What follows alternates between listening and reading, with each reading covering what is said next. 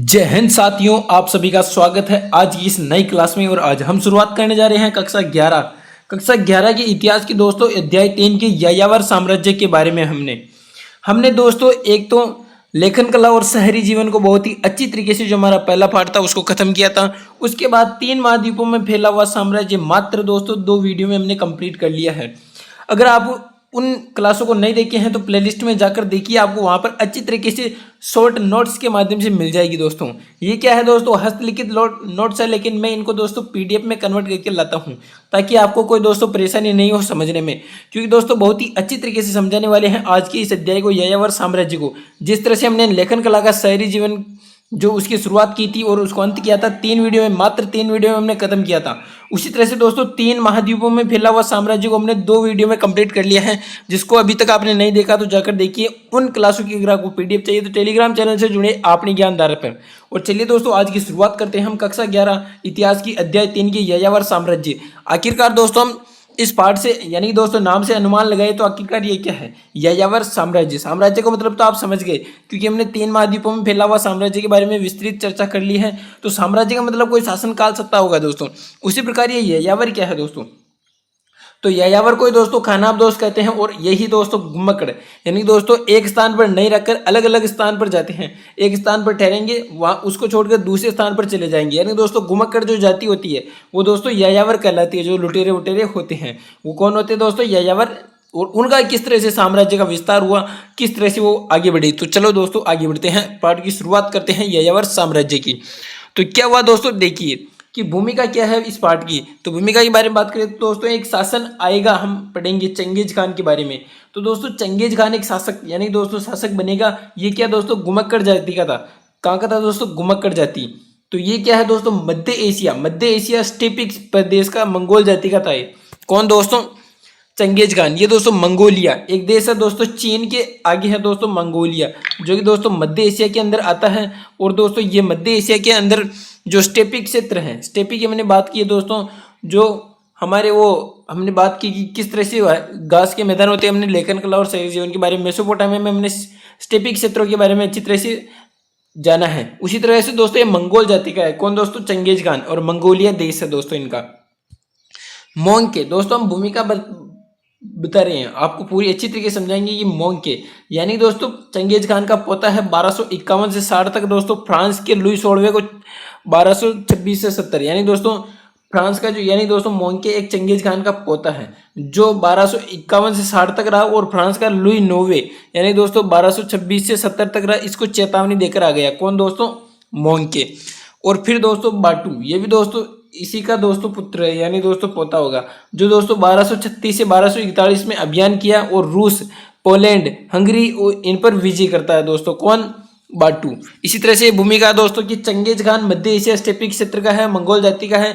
और ये मोंग के इनका पुत्र है और पोता है दोस्तों। और फ्रांस के लुई 9वें को चेतावनी देकर आ जाता है। बाटू दोस्तों ये भी एक अभियान करता है और दोस्तों रूस, पोलैंड, हंगरी जैसे क्षेत्रों पर विजय कर लेता है। उसी तरह से हम अगली चर्चा करेंगे कि मंगोल जाति की सामाजिक और राजनीतिक पृष्ठभूमि क्या थी। तो दोस्तों बहुत इंपॉर्टेंट है, ध्यान रखना, अच्छी तरह से समझना इसको दोस्तों। तो क्या है मंगोलों की सामाजिक और राजनीतिक भूमि, इसके बारे में चर्चा करते हैं। तो संबंध यानी दोस्तों जो मंगोल है इनका संबंध किससे है, तो तातार, खितान, मंचू, तुर्की कबीले यानी दोस्तों एक कबीले के नाम है तातार, खितान, मंचू, तुर्की कबीला। ये दोस्तों इनसे संबंधित है मंगोल। और दोस्तों कुछ मंगोल पशुपालक और शिकार संग्राहक थे, यानी कोई तो दोस्तों इनसे संबंधित थे कबीले से। और कुछ मंगोल थे तो वो दोस्तों पशुपालक करते थे, यानी दोस्तों पशु पालते थे और उनकी देखरेख करते थे। और कुछ शिकार संग्राहक थे, यानी दोस्तों शिकार करते पशुओं का इनका और इकट्ठा करते जाते। चंगेज खान परिसंघ यानी दोस्तों चंगेज खान एक जो परिसंघ बनाता है। और दोस्तों अहिल्या परिसंघ, अहिल्या यानी दोस्तों ये दोनों मिलकर एक दोस्तों संधि कर लेते हैं।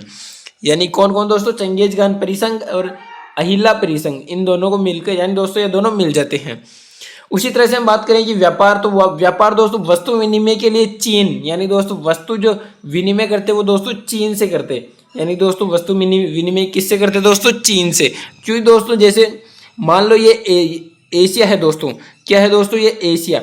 हम बात करते हैं जैसे दोस्तों ये एशिया है और यहाँ पर दोस्तों चीन है, तो यहाँ पर मंगोल है। यानी दोस्तों इसके जस्ट यानी दोस्तों इसके जस्ट पास्ट में क्या है दोस्तों, पास में मंगोल है और मंगोल के नीचे क्या है दोस्तों, चीन। तो इनका आना जाना लगा रहता है। तो इनसे दोस्तों चीन से क्या करते हैं दोस्तों, वस्तु विनिमय करते हैं।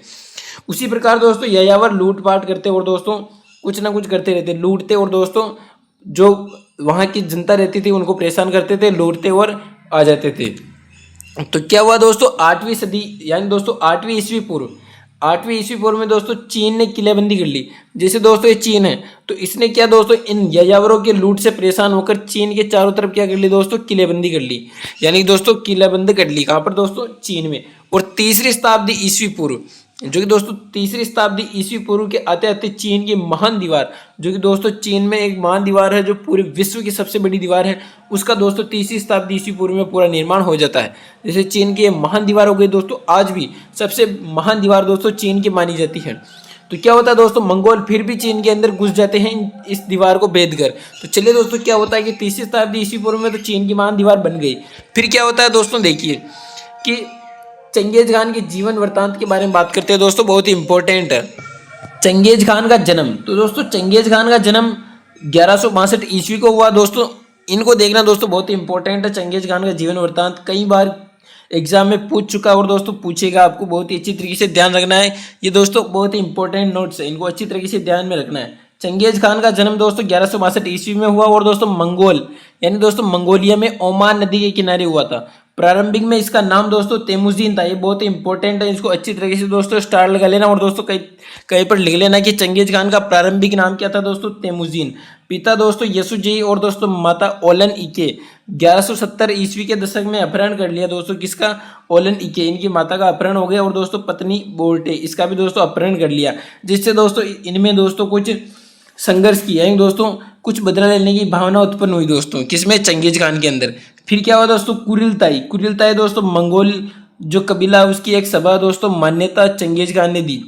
यानी कि दोस्तों जो कुरिलताई है, कुरिलताई क्या है दोस्तों, एक मंगोल कबीले की सभा है और इनकी मान्यता चंगेज खान ने दी दोस्तों। समुद्री खान सार्वभौमिक शासक था। यानी दोस्तों समुद्री खान ने कुरिलताई सब जो मंगोल की एक कबीले की सभा थी उसको समुद्री खान ने चंगेज खान को सार्वभौमिक शासक घोषित कर दिया।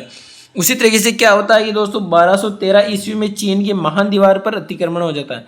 मैंने कहा था दोस्तों तीसरी शताब्दी में तो उसका निर्माण हो गया, यानी दोस्तों तीसरी शताब्दी में तो उसका निर्माण कर लिया किसका, चीन की महान दीवार का।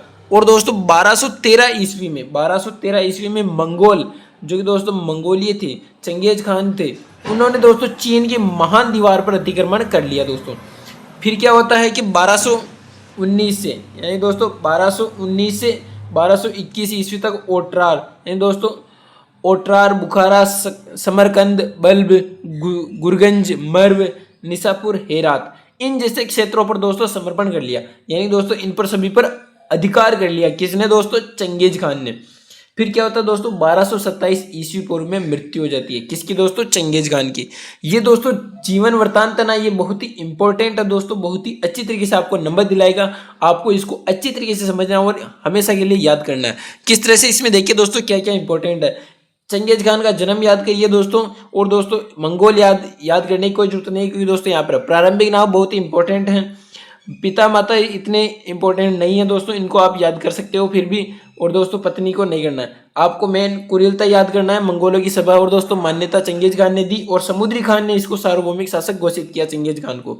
फिर दोस्तों 1213 ईस्वी में महान दीवार पर अतिक्रमण कर लेते हैं चीन की, पर 1219 से 21 तक ओट्रार और जैसे इन एक दो स्थानों का नाम याद रखना है दोस्तों, इन पर यह अधिकार कर लेता है और 1227 ईस्वी पूर्व में इसकी मृत्यु हो जाती है। इसको आप बहुत ही इंपॉर्टेंट अच्छी तरीके से याद रखना है कि 1227 ईस्वी में चंगेज खान की मृत्यु हो जाती है। उसी तरह से दोस्तों चंगेज खान के उपरांत मंगोल यानी दोस्तों चंगेज खान के बाद जो मंगोल थे उनका क्या विस्तार हुआ और किस तरह से उन्होंने शासन किया उसके बारे में बात करते हैं। तो दो चरण हुए दोस्तों। पहला चरण था 1236 से 1242 यानी कि रूस के स्टेपी क्षेत्र, हमने स्टेपी के बारे में अच्छी तरीके से चर्चा कर रखी है।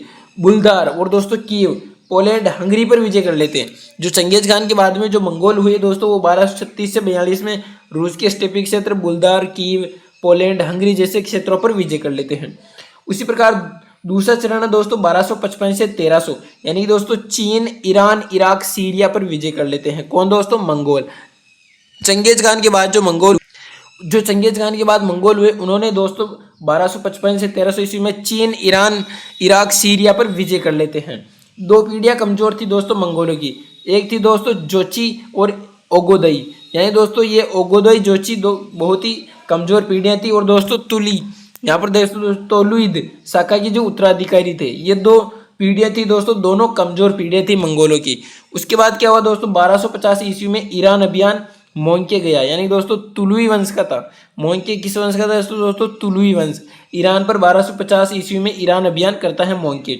1260 में तुलुई के वंशज चीन को एकीकृत कर लेते हैं, यानी दोस्तों तुलुई जो वंश है उन्हें मंगोल में दोस्तों कोई वंश होगा उस उन्होंने 1260 ईस्वी में जो तुलुई वंशज थे वो चीन को एकीकृत कर लेते हैं, चीन पर अधिकार कर लेते हैं। कब दोस्तों, 1260 ईस्वी में। तो हमने बात की कि दोस्तों चंगेज के उपरांत क्या हुआ, चंगेज खान के उपरांत तो हमने बात कर ली कि दो ये थे, कौन कौन थे दोस्तों, दो चरण थे, दोनों में दोस्तों इन पर विजय कर लेते हैं। जैसे पहले में दोस्तों रूस के स्टेपी क्षेत्र, बुल्गार, कीव, पोलैंड, अंग्रेजी, इन पर विजय कर लेते हैं। चीन, ईरान, इराक, सीरिया पर विजय कर लेते हैं। दो कमजोर पीढ़ी थी दोस्तों, जोची, ओगोदई और दोस्तों तोलुई वंश की शाखाएं, उत्तराधिकारी थे इनके। और 1250 में ईरान अभियान पर जाता है दोस्तों, मोंके तुलुई वंश का था। उसी प्रकार दोस्तों 1260 में तुलुई वंशज चीन को एकीकृत कर लेते हैं। तो हमने बहुत ही अच्छी तरीके से यायावर साम्राज्य के बारे में दोस्तों, भूमिका के बारे में चर्चा की। उसी प्रकार दोस्तों चंगेज खान का जीवन परिचय पढ़ा और चंगेज खान के बाद क्या हुआ उसके बारे में चर्चा की। तो दोस्तों इस क्लास की अगर आपको पीडीएफ चाहिए तो अपनी ज्ञानधारा चैनल पर, यानी दोस्तों अपनी ज्ञानधारा टेलीग्राम चैनल पर जुड़िए, आपको अच्छी तरीके से पीडीएफ मिल जाएगी। और अगर आपको किसी प्रकार की समस्या है तो दोस्तों इंस्टाग्राम पर जाइए, अपनी ज्ञानधारा सर्च करिए और दोस्तों मैसेज करिए, आपको 100% रिप्लाई मिल जाएगा। तो दोस्तों बहुत ही अच्छी तरीके से इसकी पीडीएफ को प्राप्त कीजिए टेलीग्राम से और दोस्तों अच्छी तरीके से पढ़ें। और दोस्तों इसी तरह हम नए नए वीडियो एक साथ दोस्तों क्या होता है, हम छोटे छोटे वीडियो के माध्यम से, छोटे छोटे शॉर्ट नोट्स के माध्यम से हम आपको पढ़ाने की कोशिश कर रहे हैं। क्योंकि दोस्तों आपको पढ़ना वही है जो आपके काम का है, फालतू का ज्ञान नहीं बढ़ाना है। किताब में बहुत सारा बेटर है, उतना आपको याद नहीं होगा, तो अच्छी तरीके से ध्यान रखना और अच्छी तरीके से इनको याद करना। तो तब तक के लिए मस्त रहिए, स्वस्थ रहिए, पढ़ते रहिए। धन्यवाद।